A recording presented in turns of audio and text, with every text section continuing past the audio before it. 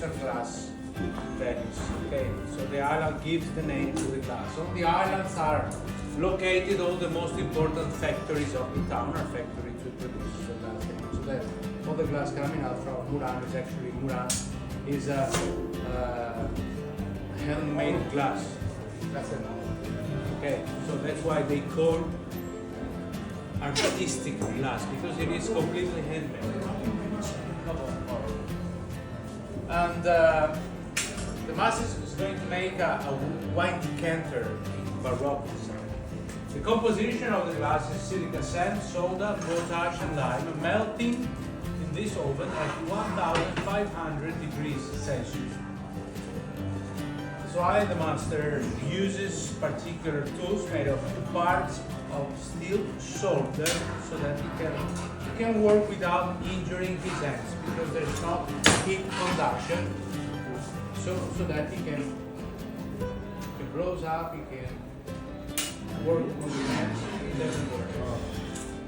To get the colors, we put mineral oxides in the raw material so that every color has a particular composition, and there are many colors, more than 1,000 different shades of color. Most of the colors are secrets of the artist, so we don't know what they use to make that color.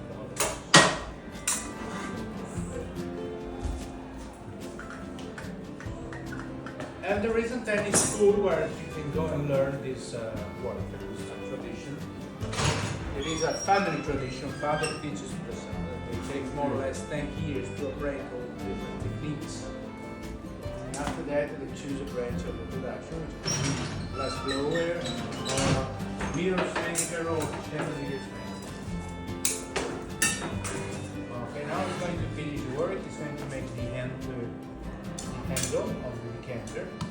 And very last stage is the cooling down. Once the work is finished, the glass has to be cooled down in a specific oven where it stays for about 12 hours to avoid a thermal shock that could damage the glass in any moment.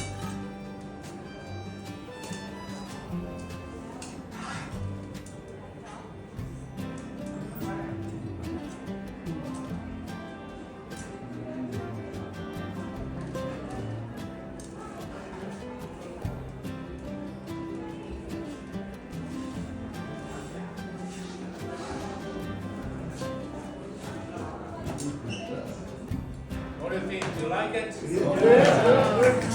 Amazing. Does anybody want to try? Okay. An applause for the artist.